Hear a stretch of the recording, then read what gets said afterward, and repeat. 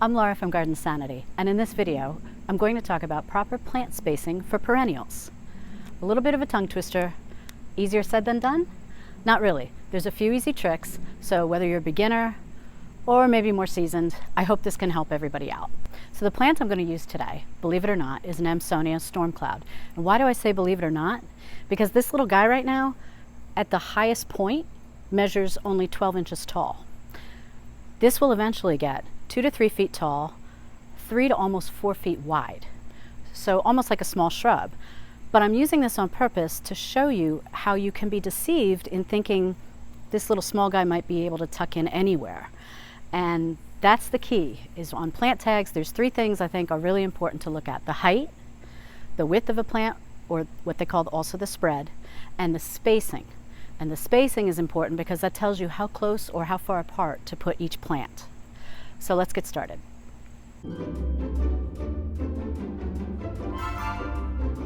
So originally, I was going to plant the Amsonia Storm Cloud here in this bed. I did a video, I'll link up to it there at the top, and I was going to plant it here. I have a nice big space, and I thought, why not? This will be really pretty. But then, after thinking about it more, I realized the spread is about 36 plus, could go up to 42. So that's pretty big. That would take it almost all the way up to this boxwood and the astilbe, and it would take it up to these recently planted nepeta plants, cat's pajamas. And those are going to get nice and big, and so I don't want to really crowd this whole area. On top of that, it's going to get 2+ feet high. It could get up to, say, 3 feet high. And if it does that, what it's going to end up doing is it's going to end up blocking the little quickfire hydrangeas that I planted back here. And so originally, let me get back down here so you can see me. Originally, when I showed you this bed in the beginning of the summer, I didn't have this one planted. I had some other little quickfires planted, but then I decided to add this one and another one around the corner. And I don't want those to be blocked. They're eventually going to grow 3 to 5 feet tall and high, but until they do, I'd like to keep those nice so I can see them. And plus, they get covered high and low with blooms. So whatever I plant here is going to have to be low because I really want to see these, especially from our windows inside. I love these plants. So that made this not a good choice for here anymore. That's what's important, though, about looking at spacing, height, and spread of plants. So back to the proper plant spacing for perennials. Okay, so I set up a little area here so I could demonstrate the proper plant spacing for perennials. And this is just a small little plant. I mean, if you look at it, it doesn't seem insignificant. So picture you're getting something like this, whether you order it online like I did or you're getting it from a plant store. You seem like, you think to yourself, I could plant a bunch of these here.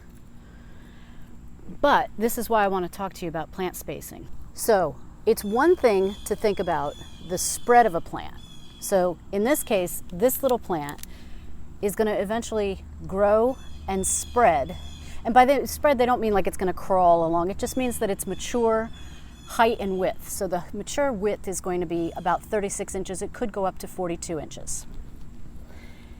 Spacing means what the experts have told you you should allow between each plant you plant. And that's going to differ for each plant.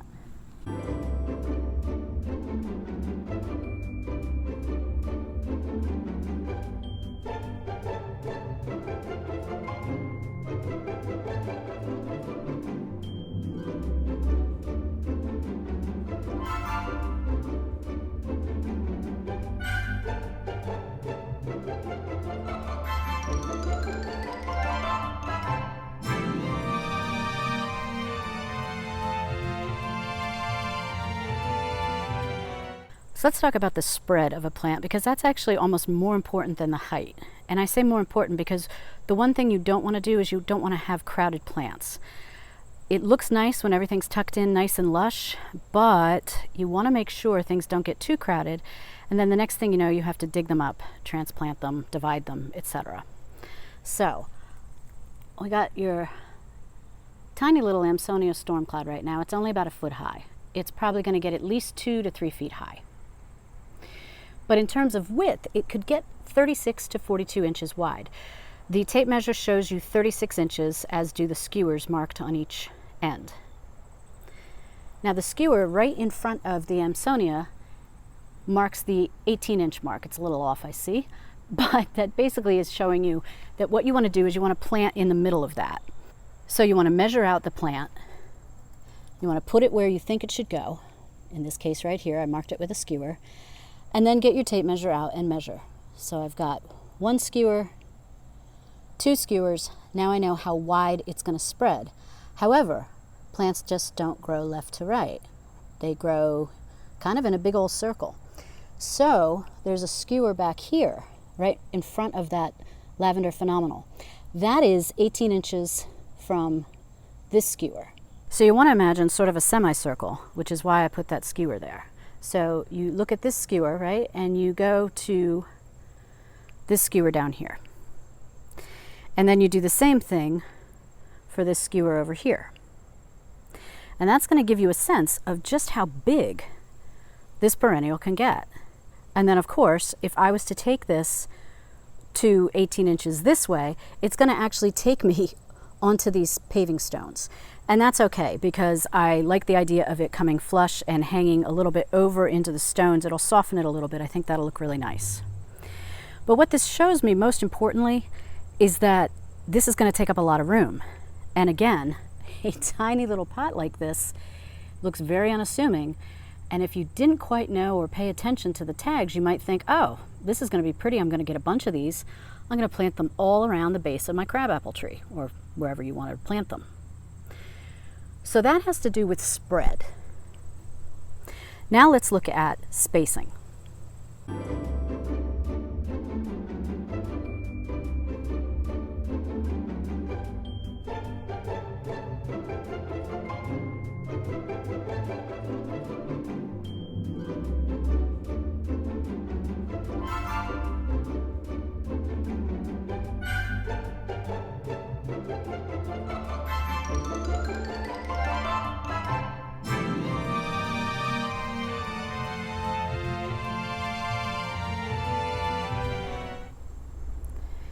Now spacing's a little bit different, but it's just as easy.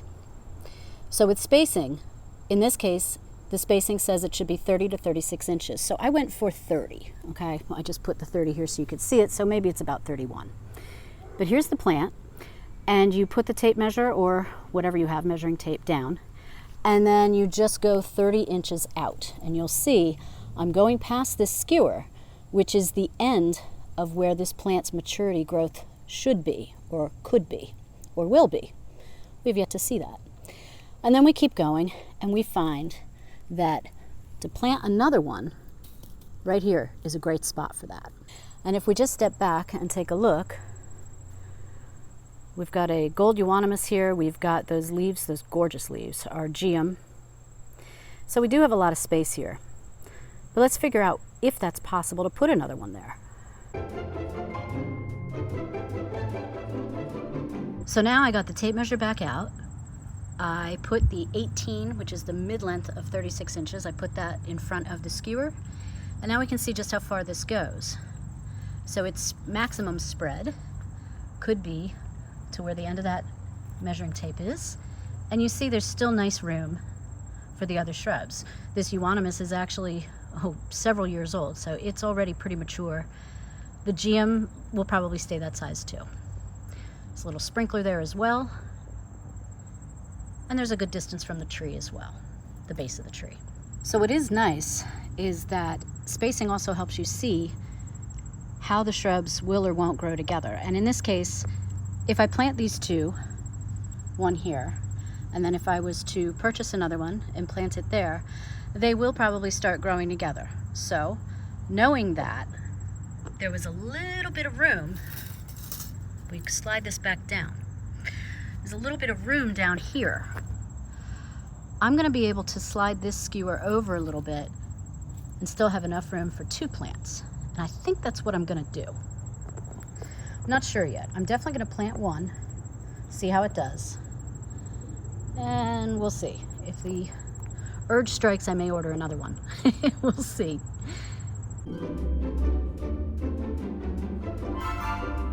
You know, the goal is listen to the experts. There's a reason that they put the height, width, and spacing on plant tags. It's because they've already bred these plants, developed these plants, watched these plants for years. So they know what they're talking about. And all perennials aren't like this, obviously. I mean, many perennials you buy, they'll only get about, you know, say 12 inches or 8 inches or 24 inches. I mean, obviously perennials differ. But this is what you need to think about and really pay attention to, because if I decided to come in here and plant a few of these, even if I planted, say, you know, one here, it seems like, oh, they're nice and small, it's fine. It's gonna be a disaster. These love sun or partial sun. These are gonna have gorgeous periwinkle flowers. I'll put a picture up on the screen for you. They're gonna be absolutely stunning. But right now, they're just a little small, tiny little plant. So that is an example of proper plant spacing for perennials. So I'm gonna leave you with the Firelight hydrangea, which I did not think would bloom at all this year because it was such a small plant, but I have 3 gorgeous flowers on it. And I hope this does help you understand how to space your perennials. You don't want everything super crowded, you want it lush, and there is a difference. When it starts to get super crowded, it looks a little messy. Now with annuals, that's a whole different ballgame because everybody loves to have their annuals look really packed. But perennials, they last a lifetime, or at least a long time.